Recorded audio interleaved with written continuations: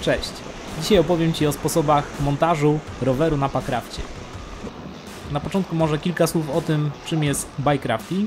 Bike-rafting jest to jedna z odmian packraftingu, gdzie na spływ zabieramy właśnie rower. Dzięki temu, zamiast wracać na nogach do miejsca startu spływu, trasę możemy pokonać rowerem, przewożąc packrafta na bagażniku, w sakwie czy przyczepionego do kierownicy. Bike-rafting pozwala również na dojechanie na miejsce spływu bez konieczności używania samochodu. Możemy właśnie wyruszyć na przykład z centrum miasta nad rzekę, która znajduje się gdzieś pod miastem, nie zostawiając po sobie śladu węglowego. Do bike-raftingu najlepiej sprawdzają się packrafty bez pokładu, ze ściętym przodem i zwiększoną objętością dziobu. Takimi typowymi modelami są np. Amundsen z firmy Pinpack, czy z takich marek premium Caribou z firmy Alpaca Raft. Te packrafty do bike-raftingu charakteryzują się dosyć dużą szerokością. Amundsen ma 104 cm, Caribou 97 cm. Właśnie ta szerokość zapewnia odpowiednią stabilność na wodzie. Musimy pamiętać właśnie o tym, że packraft z rowerem ma podwyższony środek ciężkości, a przez to łatwiej go wywrócić. Jeżeli dojdzie już do kabiny, trudniej również obrócić taki zestaw na wodzie, szczególnie jeżeli nie mamy dna. Dlatego najlepszym rozwiązaniem jest dopłynięcie do brzegu z całym zestawem i dopiero tam obrócenie packrafta. Musimy również pamiętać o tym, aby odpowiednio ułożyć rower na packrafcie, tak aby jakimś ostrym elementem nie przebił właśnie packrafta. Takim najprostszym rozwiązaniem jest wykorzystanie worka pompki, którą podkładamy pod rower i dzięki temu w jakiejś tam części rower odizolowany jest bezpośrednio od materiału packrafta. Przez dodatkowe zagrożenia przygody z packraftingiem nie powinniśmy rozpoczynać od bike-raftingu. Bike-rafting nie nadaje się również na trudniejsze rzeki górskie, takie jak WW3 i wyżej, ponieważ wywrotka z rowerem na takich rzekach może już prowadzić do bardzo niebezpiecznej sytuacji.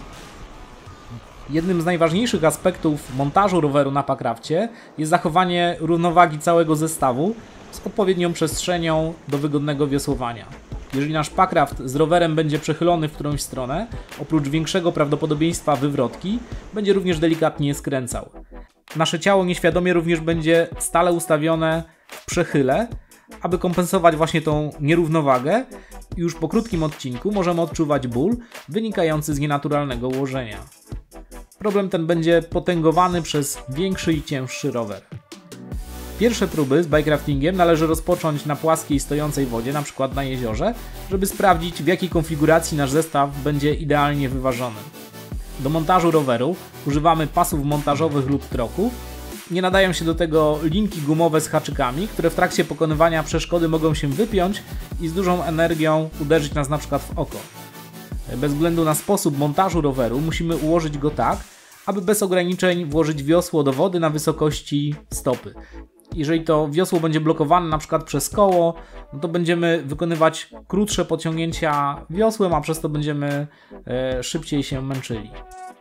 Jeszcze pamiętaj o jednej rzeczy, że przy prawidłowym zamontowaniu roweru na packrafcie z naszego zestawu zdejmujemy bagaże i przenosimy packrafta trzymając rower, ponieważ on jest znacznie cięższy niż sam packraft.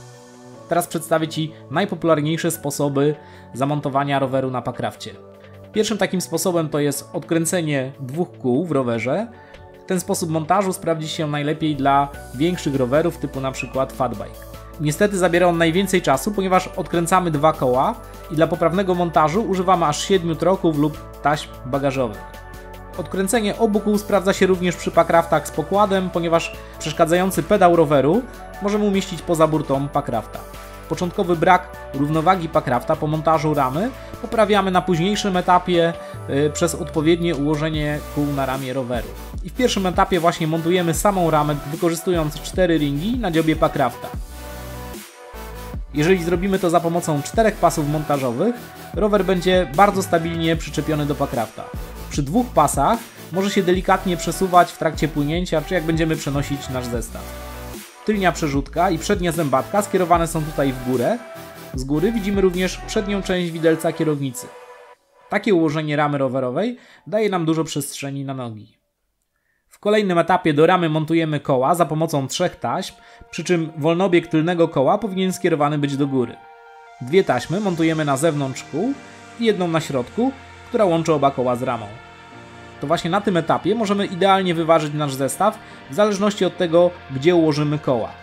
Możemy je przesuwać w prawo lub w lewo, tak aby wyważyć cały zestaw. Tutaj widzimy, że jedno z odkręconych kół dociska również kierownicę, która dzięki temu jest zablokowana na możliwość obracania się.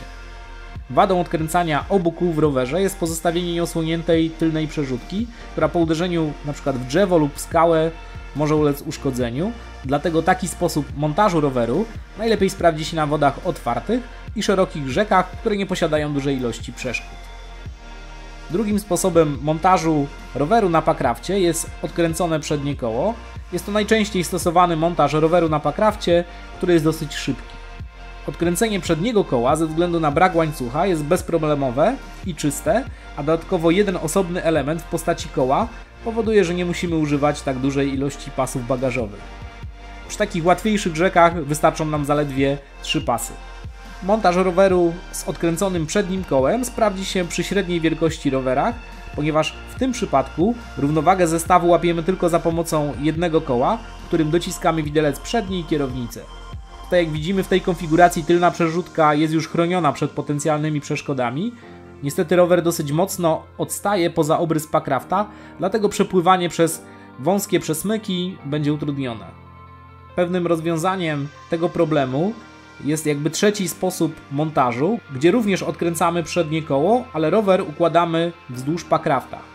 Wiele rzek w Polsce, pomimo tego, że ma zwałki, jest udrożniona dla spływów kajakowych właśnie na szerokość kajaka.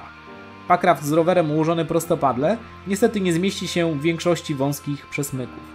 Na takich rzekach rower możemy ułożyć wzdłuż packrafta z mocno wysuniętym tylnym kołem, które stanowi również pewną formę amortyzacji, jeżeli na przykład uderzymy w przeszkodę. Wysunięcie roweru do przodu przytapia niestety dziób packrafta i taką metodę trudno zastosować w packraftach o małej wyporności. Koło roweru może znaleźć się w wodzie. W krótkim packrafcie przedni widelec może również ograniczać swobodne ułożenie nóg. Czwartym sposobem na montaż roweru na packrafcie jest wykorzystanie roweru składanego. Taki składak w bikekraftingu ma praktycznie same zalety. Po pierwsze, sam rower w minimalnym stopniu lub wcale nie wychodzi poza obrys packrafta. Montaż składaka jest również najszybszy, ponieważ cały zestaw jest praktycznie jednym zwartym i płaskim elementem, a więc nie musimy używać dużej ilości pasów transportowych. Złożenie samego roweru to też dosłownie 10 sekund.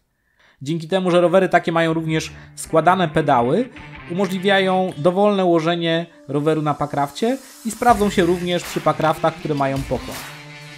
Oczywiście, tak jak przy zwykłym rowerze, zwiększa się nasza wysokość, przez co płynąc z rowerem nie będziemy mogli przepłynąć pod częścią przeszkód, które bez roweru pokonalibyśmy bez większych problemów. Rower składany to również duże ułatwienie w samym dotarciu na spływ. Możemy go spakować do małej torby, skorzystać z dowolnej formy transportu, czy to będzie samolot, pociąg czy taksówka.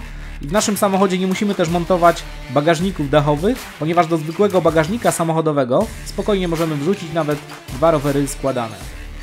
Przed spływem musimy jeszcze pamiętać o odczepieniu od roweru wszelkich dodatków elektronicznych, które nie są w pełni wodoszczelne, takie jak lampki czy liczniki, i zabezpieczeniu ich najlepiej w wodoszczelnym worku. Montaż samego packrafta na rowerze jest już bardzo prosty, a w przypadku kiedy nie posiadamy bagażników, jednostkę z wiosłami możemy przewozić w zwykłym plecaku. Packraft mieści się również na tylnym bagażniku, umożliwiając przy tym założenie sakw rowerowych. Packrafta możemy również przewozić w samej sakwie, jednak wtedy ograniczamy miejsce na pozostałe wyposażenie, szczególnie jeżeli planujemy spływ wielodniowy. I dodatkowym problemem będzie również bezpieczny montaż wiosła, którego środkowe segmenty są gładkie, a przez to dosyć łatwo je zgubić, szczególnie przy jeździe w terenie.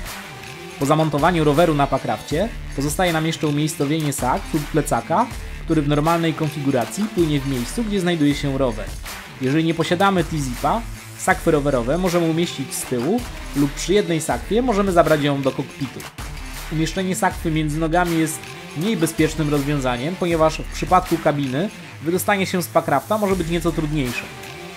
Jeżeli Twój packraft jest wyjątkowo duży lub wyjątkowo mały lub posiadasz niestandardowy rower, możesz również spróbować innych sposobów montażu. Przykładowo rower możemy przytroczyć do packrafta w całości, bez odkręcania kół. Mniejsze packrafty mogą zmieścić się przy ramie roweru lub przyczepione do kierownicy. Nie są to jednak wygodne rozwiązania przy średniej wielkości jednostkach. Bike-rafting to świetna kompilacja spływu i jazdy na rowerze. Wzdłuż wielu rzek, jezior czy Morza Bałtyckiego poprowadzone są bardzo atrakcyjne ścieżki rowerowe. Z tras, które sam pokonałem w formacie bike-raftingu, szczególnie polecam Ci Velo Dunajec przy Dunajcu, Green Velo biegnący m.in. przy Bugu Granicznym, Narwi, Biebrzy i Czarnej Hańczy, czy szlak rowerowy R10 wybrzeżem Morza Bałtyckiego. Dzięki za uwagę i do zobaczenia na szlaku. Cześć!